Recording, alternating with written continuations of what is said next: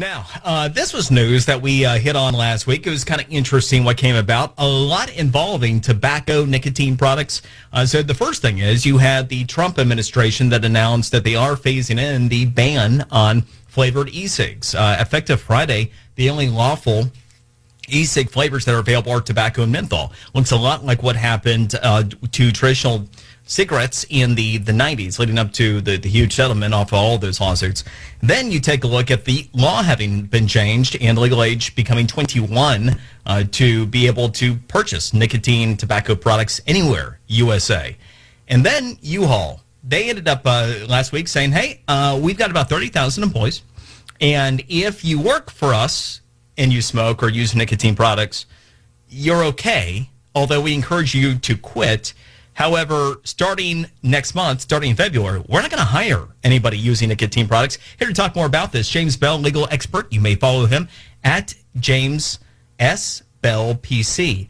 And James, when we take a look at this decision, from a legal standpoint, first, is U-Haul well within their right to discriminate on the basis of using a nicotine product? The answer to your question, well, I don't know if it's discrimination. I think it's just it's a company policy. And are they within their rights?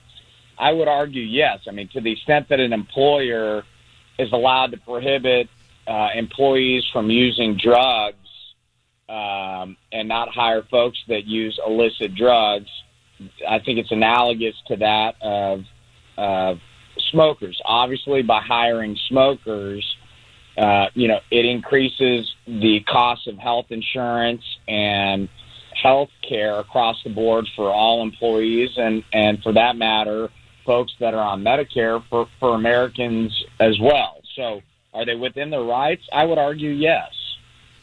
And when we take a look at what U-Haul's decided to do here, it's gone farther than a lot of policies. We've had a lot of companies for a number of years that have said they will not hire people who smoke. And commonly, what you just cited, the healthcare costs, everything else, been part of it. Going the extra step to nicotine products, I found that to be an interesting distinction. In terms of law, is there a difference when you're talking about a controlled substance? Sure. I mean, obviously, controlled substances are regulated by the DEA, Schedule 1, 2, 3, et cetera. And but obviously, nicotine has a high addiction rate, similar to that of and or higher than some of the Control 1 substances.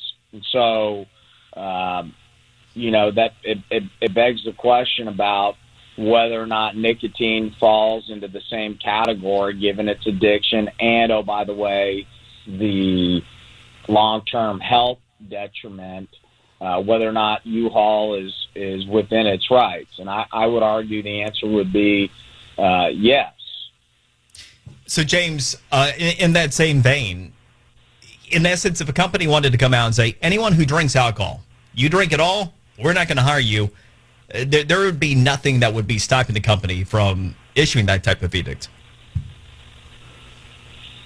Well, that's an interesting question. It begs an interesting question. If obviously you would agree with me that drinking on the job would be prohibited, would you not? Sure. Unless that's part of the job. There are actually some professions where it takes place, business meetings and the like, but yes, generally. Yeah, and so, I mean, the issue with respect to alcohol is if you're not drinking on the job, is that permissible? Sure. I think you start getting into an invasion of privacy issue. With respect to smoking at or near the job,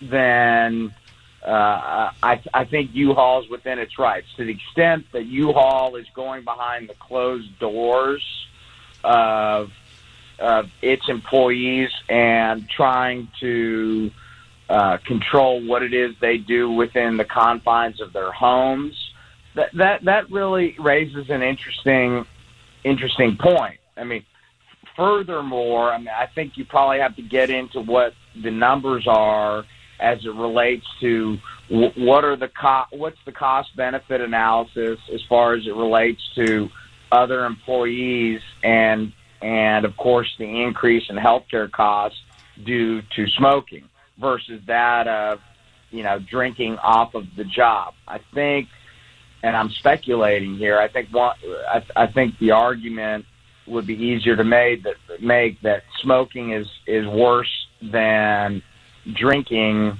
as far as the totality of circumstances are concerned. Pertaining to the group insurance policies, I think you're right on that one. I'm trying to think back to some of the research I've done on it, but that would seem to be right. Just an interesting philosophical exercise. As U-Haul travels down this path, it'll be interesting to see if other companies follow suit and if it does end up going down that type of path somewhere along the way.